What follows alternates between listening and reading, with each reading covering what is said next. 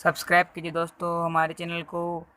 Notification पाने के लिए बेल आइकन को प्रेस कीजिए। ऑनलाइन क्लासेज में आपका स्वागत है। आज हम 9th क्लास का पहला लेसन फ्रांसीसी क्रांति उसके बारे में अध्ययन करेंगे। क्रांति होती क्या है, क्रांति का मतलब क्या है। जैसे आपने बहुत सी बार सुना होगा 1857 की क्रांति, फ्रांस की क्रांति, यूरोप की क्रांति। क्रांति शब्द का मतलब होता है अपने हक की लड़ाई, अपने हक के लिए लड़ना। तो फ्रांसीसी क्रांति में देखो क्या है। फ्रांसीसी क्रांति में लोगों को 3 स्टेप में बांटा गया। प्रथम स्टेट, द्वितीय और तृतीय, 3 स्टेटों में वहाँ वर्गों को बांटा गया। फ्रांसीसी क्रांति 14 जुलाई 1789 की सुबह पेरिस नगर में आतंक का माहौल था। सम्राट ने सेना को शहर में घुसने का आदेश दे दिया। सेना को शहर में घुसने का आदेश दे दिया। अफवाह थी कि सेना को नागरिकों पर गोलियां चलाने के आदेश देने वाली है। लगभग 7000 मर्द तथा औरतें टाउन हॉल के सामने एकत्रित हो गई और उन्होंने जनसेना का गठन करने का निर्णय किया। इस घटना के बाद देखो क्रांति कैसे शुरू हुई फ्रांस में। इस घटना के बाद कई दिनों तक पेरिस और देश में देहाती क्षेत्रों में कई संघर्ष हुए। अधिकांश जनता पाव रोटी की महंगी कीमतों का विरोध करती रही।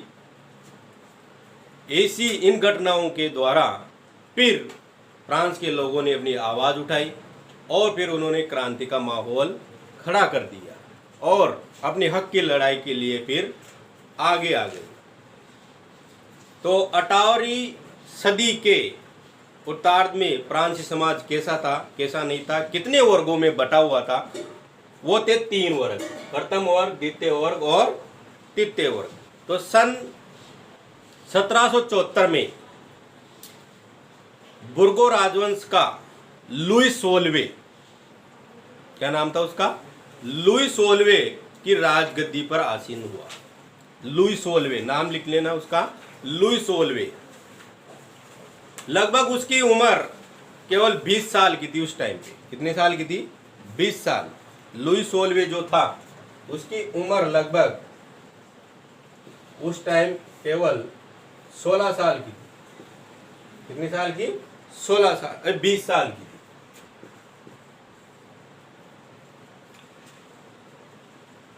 उसका विवाह ऑस्ट्रेलिया की राजकुमारी एंथोनेट से हुआ। क्या नाम था जिसका उससे विवाह हुआ? एंथोनेट से हुआ। राज्यारोहण के समय उसने पाया पूरा राज्य कोष खाली पाया। लंबे समय तक युद्धों के कारण फ्रांस में जो हालत हुई, वित्तीय संसाधन नष्ट हो चुके थे। विशाल महल और राज दरबार की शानो शौकत के लिए जो फिजूल खर्ची कर रहे थे वहां के लोग, उसे पूरा राजकोष खाली हो चुका था।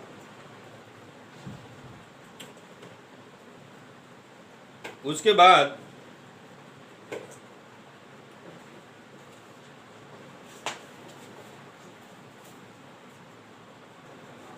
देखो बच्चों आगे देखिए। फ्रांस में 3 वर्गों में बांट रखा था लोगों समाज को।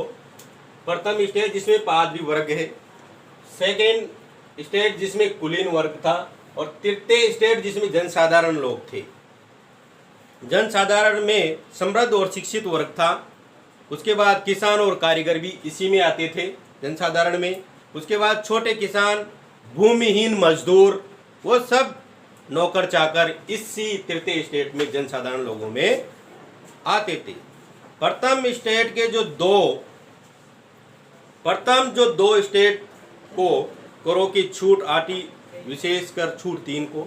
जो प्रथम स्टेट में जो लोग आते थे, ऊंचे दर्जे के जो बड़े बड़े अमीर घराने के जो लोग थे, उनको कर वगैरह जो लगते थे उनमें सब में छूट दे रखी थी वहां के लोगों ने। कुलीन वर्ग को कुछ अन्य सामंती विशेष अधिकार भी प्राप्त थे, बहुत सारे अधिकार भी प्राप्त थे इन लोगों को। वह किसानों की सामंतों से कर वसूल करता था। तीसरे स्टेट में सभी लोगों को सरकार और प्रत्यक्ष टाइल तथा अनेक अप्रत्यक्ष कर देने होते थे। टाइल, टाइड ऐसे करों के नाम थे जो लोगों को देने होते थे। टाइड, टाइड जो कर था, टाइड देखो आगे देखो, जो कर जो लोगों के ऊपर लगाए जाते थे, टाइड, टाइड जो करता वो चर्च द्वारा वसूल किया जाने वाला करता। चर्च जो पादरी और ये जो चर्च, ये पादरी जो चर्च में रहते हैं उनके द्वारा ये वसूल किया जाता था टाइड नाम का कर, टाइड। उसके बाद टाइल, एक और है टाइल, सीधे राज्य को अदा किए जाने वाला करता ये टाइल नाम का, सीधे राज्य को अदा किया जाता था एक कर। उसके बाद देखो वहां जीने का संघर्ष। फ्रांस की जनसंख्या सन 1755 में 2.3 करोड़ थी। कितनी थी? 2.3 करोड़, 2.3 करोड़ थी फ्रांस की जो जनसंख्या है। सन 1789 में ये बढ़कर 2.8 करोड़ हो गई। परिणामतः अनाज उत्पादन की तुलना में उसकी मांग काफ़ी तेजी से बढ़ी। जैसे जैसे जनसंख्या बढ़ती गई वैसे वैसे आवश्यकताएं भी बढ़ती चली गई। अधिकांश लोगों के मुख्य खाद्य पाव रोटी और कीमत में भी तेजी से वृद्धि होती चली गई। जो कीमतें थी उसमें भी वृद्धि होती चली गई। अधिकतर कामगार कारखानों में मजदूरी करते थे। उनकी मजदूरी मालिक तय करते थे कि इसको कितनी मजदूरी मिलेगी, ये मालिक तय करते थे। लेकिन मजदूरी महंगाई की दर से नहीं बढ़ रही थी। फलस्वरूप अमीर गरीब की खाई चौड़ी होती चली गई। अमीर अमीर होते चले गए और गरीब गरीब होते चले गए। ऐसी जीविका संकट प्राचीन राजतंत्र के दौरान फ्रांस काफी आम होती चली गई। राजतंत्र का काफी तेज तर्रार प्रभाव पड़ता चला गया लोगों के ऊपर। आगे देखिए, अब क्रांति की शुरुआत आगे बढ़ती रही। अपने हक के लिए लोग आंदोलन करते रहे। उसके बाद अब शुरुआत कैसे होती है क्रांति में? फ्रांस में क्रांति की शुरुआत कैसे हुई? फ्रांसीसी जो सम्राट था लुई 16वें, कौन था? लुई 16वें ने 5 मई 1789 में नए करों का प्रस्ताव अनुमोदन के लिए जनरल की बैठक बुलाई। उसने क्या बुलाई?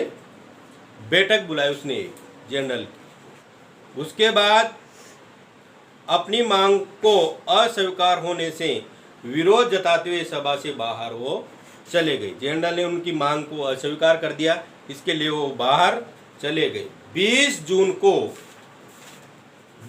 1789 को ये लोग वर्साई के इंडोर टेनिस कोर्ट में जमा हुए। उन्होंने स्वयं को नेशनल असेंबली घोषित किया। उसके बाद शपथ ली, सम्राट की शक्तियों को कम करने वाला संविधान बनाने का असेंबली में भंग नहीं होगी। सम्राट की जो भी शक्तियां हैं वे वैसी की वैसी रहेगी। इसके लिए असेंबली को भंग नहीं किया गया। उसके बाद जो तीसरा कारण था क्रांति के लिए, महंगाई के कारण, फ्रांसीसी में जो क्रांति हुई ना, उसका तीसरा कारण ये है कि महंगाई के कारण भी जनता भी आंदोलित करने लगी। महंगाई बढ़ती से बढ़ती चली गई, तो इसके लिए जनता ने भी आंदोलन खड़ा कर दिया और अपने हक की लड़ाई के लिए आगे गई। दूसरी तरफ सम्राट ने सेना को पेरिस में प्रवेश करने का आदेश दे दिया। सम्राट ने, जो मैंने पहले बताया था शुरुआत में, उसने शहर में, पेरिस शहर में घुसने का आदेश दे दिया था सेना को। ऐसी स्थिति में क्रुद्ध भीड़ ने 14 जुलाई 1789 को बास्तिल पर धावा बोलकर उसे नेस्तानाबूद कर दिया। उसको पूरी तरीके से नष्ट कर दिया। चौथा कारण देखिए आप लुईस ओल्वे ने नेशनल असेंबली को मान्यता दे दी और ये मान लिया कि उसकी सत्ता अब से संविधान का अंकुश होगा। ये उसने ये मान लिया कि उसकी जो सत्ता है उस पर पूरा संविधान का अंकुश होगा। उसके बाद 4 अगस्त 1789 की रात को असेंबली ने करों और कर्तव्य के बंधनों वाली जो सामंती व्यवस्था का जो आदेश पारित कर दिया था। पादरी वर्गों ने लोगों को अपने विशेषाधिकार को छोड़ते हुए विवश किया गया। धार्मिक कर समाप्त कर दिया गया। जो धार्मिक कर लगे हुए थे वो भी सारे समाप्त कर दिया गया। चर्च के स्वामित्व वाली भूमि जब्त कर ली गई। चर्च के अंदर जो भूमि आती थी किसानों की वो भी उसने जब्त कर ली। उसके बाद देखिए आप फ्रांस में राजतंत्र का उन्मूलन और गणतंत्र की स्थापना कैसे हुई, आगे देखिए। फ्रांस में राजतंत्र का उन्मूलन कैसे हुआ, कैसे खत्म होता चला गया और गणतंत्र की स्थापना होती चली गई। 1791 में संविधान से सिर्फ अमीरों को ही राजनीतिक अधिकार प्राप्त हुए। संविधान जो बना हुआ उससे केवल अमीरों को ही विशेष अधिकार प्राप्त हुए।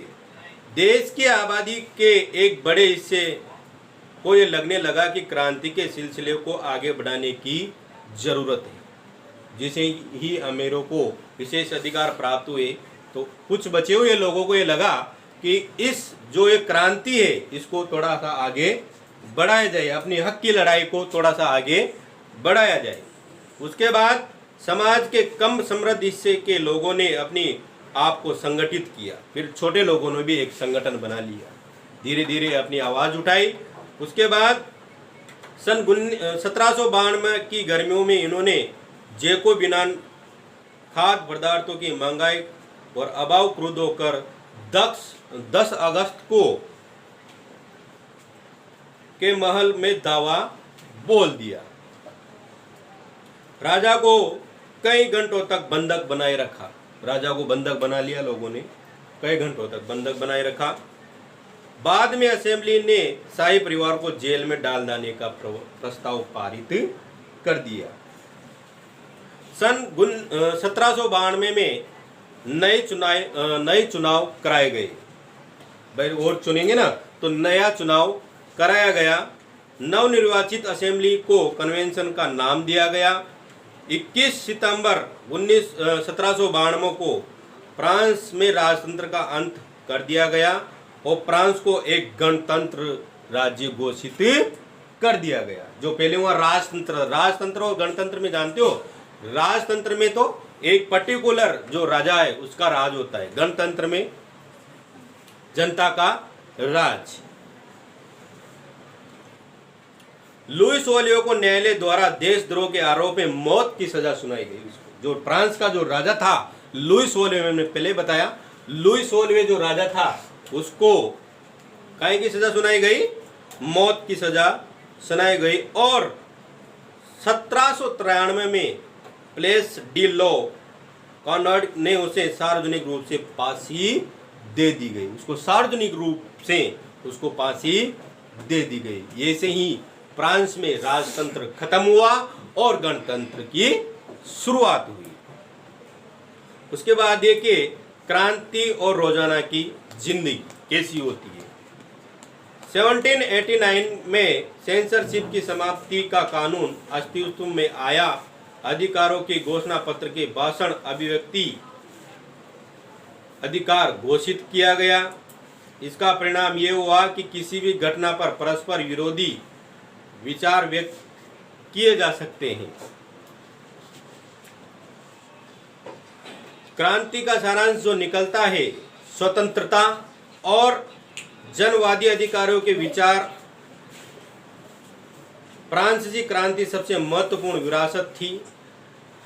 19वीं शताब्दी में ये विचार शेष यूरोप में फैले। ये जो क्रांति हुई फ्रांस में क्रांति, इसमें बहुत से देश ने कुछ सीखने को मिला और बहुत से देश प्रभाव हुए इस क्रांति से। क्योंकि अपनी हक की लड़ाई लड़ी लोगों ने और उनको अपना हक भी मिला। ऐसे फिर ये क्रांति आगे से आगे बढ़ती चली गई और कई देशों में क्रांति का प्रचार प्रसार होता चला गया। इससे ये हुआ कि 19वीं शताब्दी में विचार शेष यूरोप में फैला और सामंती व्यवस्थाओं को नष्ट कर दिया। जो राजाओं के राज थे वो सारी इन क्रांतियों के द्वारा नष्ट होते चले गए।